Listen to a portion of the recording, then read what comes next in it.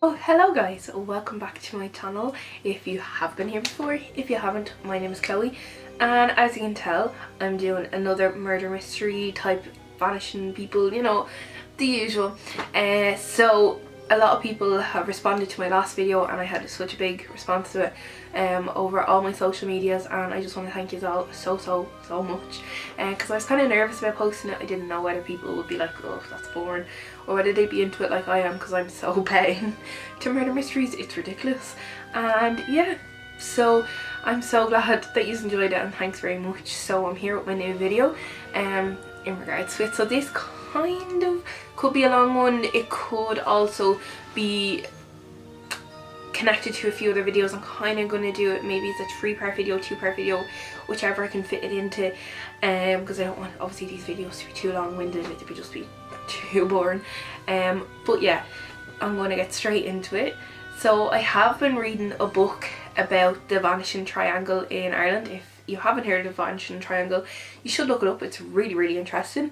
Basically it's a span of area between Dundalk, Dublin and Wicklow, and it's not an area between there, it's like including them areas, and it's basically where a lot of people have gone mysteriously missing, and it's obviously in the shape roughly of a triangle, so that's why it's called the Vanishing Triangle. So the first girl that kind of went missing within this area is Annie McCarrick, and she's probably a household name to a lot of Irish people now at this stage, along with Fiona Pender, Jojo Dollard, Ciara Breen, Deirdre Jacob, Fiona Sinnott, I think. Yeah, Fiona Sinnott. So they would be all kind of household names to a lot of people, not necessarily people of my age, but a lot of an older generation would have heard about it. A lot of these spanned between the 90s and the early 2000s. So Annie McCarrick was from Long Island in New York, and she moved to Ireland in 1987. Yes, 87. I wasn't sure whether it was 88 or 87. And she moved here. She had been over and back to Ireland a couple of times. She had done a year college training in Ireland, so she had friends kind of over here. She knew a lot of people. She had a boyfriend at one stage from over here, but her relationship kind of fizzled out. But on the plus side, she kind of kept a good relationship with his family, and in particular his brother Hilary and his brother Hilary's wife. So they kind of always kept in contact. So when she moved back to Ireland then in 87, she had, you know, she knew people. It wasn't a strange country to her. She knew most of it. So it was kind of probably an easier transition rather than just moving straight over to a place where you didn't know anyone. So Annie actually went missing in March 93, the 26th of March to be specific, and she was 26. So Annie lived with 2 other girls in an apartment block in Dublin city centre. Their names were Jill and Ida, and you know, they were fairly good friends. Obviously they've lived together. There was nothing between the girls, there was no fighting or anything like that, so they all had quite a good relationship. So at the time of her disappearance, it was just coming up to St. Patrick's Day, so Ida and Jill actually went home a couple of days before her disappearance and didn't return until after a couple of days. So they were completely out of the county, so that just clears them basically of any knowledge of her disappearance. So Annie did work in a local cafe called Java Cafe, and she was always really well liked by the customers. She was so popular with them. She was always kind of known as the American girl, with the lovely golden heart, and it just kind of shows you that she had a nice reputable reputation with the customers, and that she was clearly a well liked person. One particular Thursday night before she went missing, she was in work with just her and her manager. Her manager was under a lot of pressure. They were busy throughout the day and she was trying to get the wages done, and Annie just said to her, look, it's alright, you can leave the wages, I'll come in and collect mine tomorrow, and while I'm in tomorrow I'll drop in some desserts for the cafe that you can sell them. So it just shows you, you know, that Annie was kind of a nice person, that she was willing to wait for her wages for the following day, and she was more than willing to make some desserts as well for the cafe. So on the following morning, the Friday morning, she was spotted by closed circuit TV or CCTV in the local supermarket. My voice broke. And she was just picking up, you know, normal groceries. Again, she was then spotted on CCTV going to the bank. She was a local customer of the bank, so they knew her from coming in and out. And they said that, you know, there was nothing out of the ordinary with her. She was acting completely normal. There was nothing strange, nothing that would make them think anything was about to happen to her. She was then also, I'm not 100% sure, it wasn't 100% clear whether it was that she was spotted on the CCTV or whether it was just confirmed through the people she spoke to, but she was used a public telephone. So she used a public telephone first of all to ring Hillary.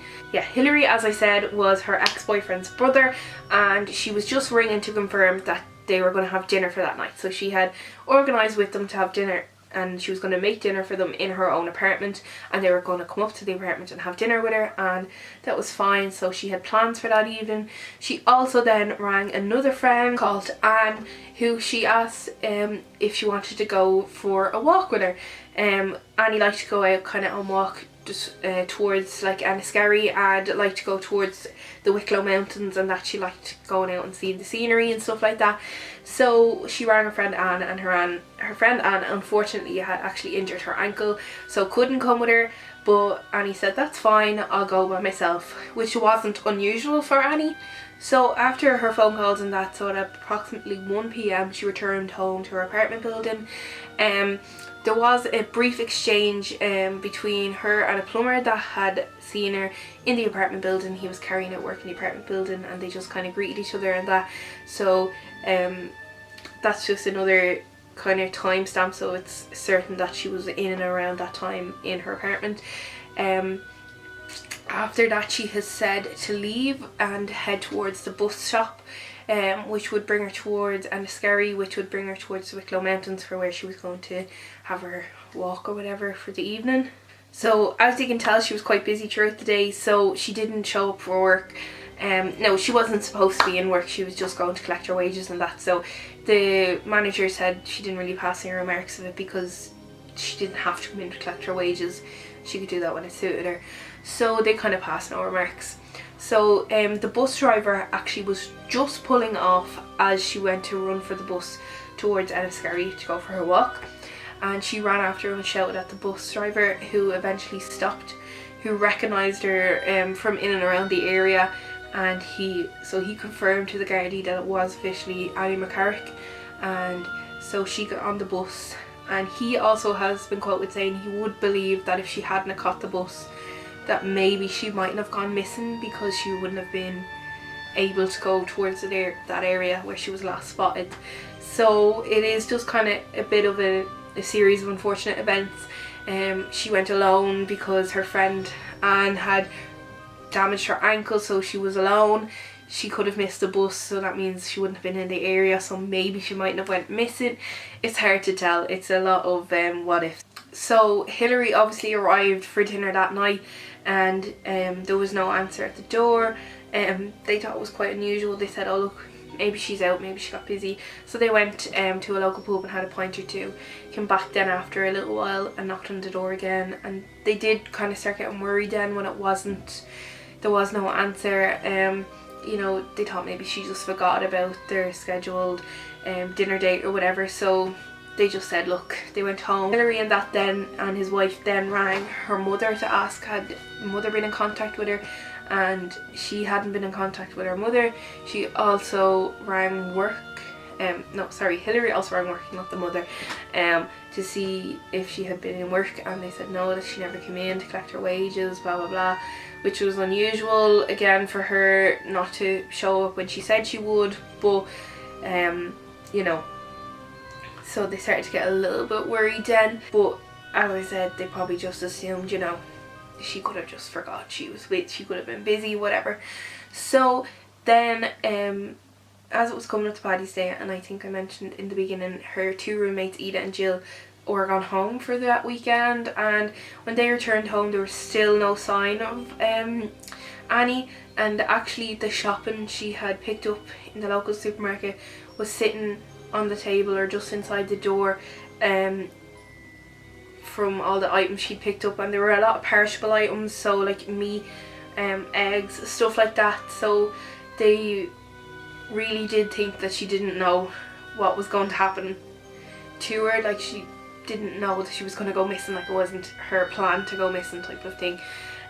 So she obviously just came in and left them in the house and was going for her walk, so said, oh, you know, I'll put them in the fridge when I go home. So she obviously had planned on returning home. So after Jill and Ida returned home and there was still no sign of her, they got in contact with her mother, and her mother just knew straight away something had to be wrong. So she flew straight over to Ireland and went straight to the Garda station to report her missing.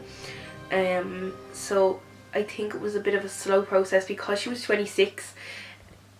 You know, technically she can just disappear, and if she wanted to go and start a new life somewhere, she can do that. But they knew there was something strange about it, that it just was totally out of her character. And that is more or less all of it. She just kind of vanished. The only other thing is that she was apparently spotted by a bouncer in a pub called Johnny Fox's, and Johnny Fox's is located in Glencullen, which isn't a million miles away from like Enniskerry and that, but it's a fair enough trek as well, you know. So it said that she was spotted coming in the door, and she just kind of came in the door and didn't realise there was a concession fee, and the bouncer had to stop her, so that's how we knew it was her, because he had spoken to her face to face. But he said when he requested like for the money offer and that actually a man came up from behind her and said, oh no, look, I've got this covered. And he said it was quite obvious that she didn't know who he was, that because she was quite surprised, and so it was clearly like, you know, someone trying to flirt with her or whatever, trying to, you know, I'll pay for you, whatever type of thing. It was then said that they spent the whole night together, and that they were spotted, you know, he spent all his money, he bought all the drinks, etc. She never had to lift a finger, so he was clearly trying to impress her or to woo her or whatever. But they were never ever spotted leaving. The man in question, he was about 5'8" and he wore a green wax jacket of the night in question, and it has later kind of come forward, and only in the last couple of years, that they do believe that he was a hitman for the IRA, and that they possibly believe, this is just a theory, basically they were saying that he could have been so caught up in Annie, and because Annie was so interested in the Irish heritage and everything, she wanted to hear everything he had to say, and because obviously she wasn't Irish herself, he might have actually delved into some information that maybe he shouldn't have told her about being part of the IRA when he was trying to maybe impress her. So it is said, now there is no proof, there's no body, so we can't actually say this is what happened, but the rumour is that they were never seen leaving together, so apparently somehow they did leave together, they just weren't spotted. He had parked his car out the back, and apparently he took her into his car, hit her across the head, and then dumped her body further down the road. There is no proof, as I said, there's no body, no nothing, so we can't say for sure that's what happened, but it is one of the most popular and probably the only kind of theory as to what happened to her, and it would kind of make the most sense. The only other thing is, people might ask, why would a hitman for the IRA be in Dublin? Well, like Dublin, Wicklow kind of area. He was said to be staying in a safe house in Rathfarnham because apparently he was on the run from the Gardaí at the time, so that's how he would have got in and around that area. So yeah, it makes sense as to why he was there and stuff like that. So yeah, that's all really I have on Annie's story. As I said, there is a lot more to the Vanishing Triangle, and they're all kind of linked in a way, and I think I will delve into that more in another video because this video is quite long, and I don't want it to be too boring. But she literally just disappeared, and it's just crazy. And the only theory that makes sense is the IRA guy, and to me, I think that's what possibly could have happened. Obviously I don't know, that's just my opinion. But yeah, let me know what you think. If you have any other information, obviously I can't tell you every single bit of information, or if not I'd be here forever, but you know, I gave you what I thought was probably the most important bits of information. If you have anything else, do leave it down below, have a little conversation about it. What do you think? Yeah, it's just quite strange. So give it a thumbs up if you enjoyed, so I know to keep making these videos. And yeah, I will see you all in my next one.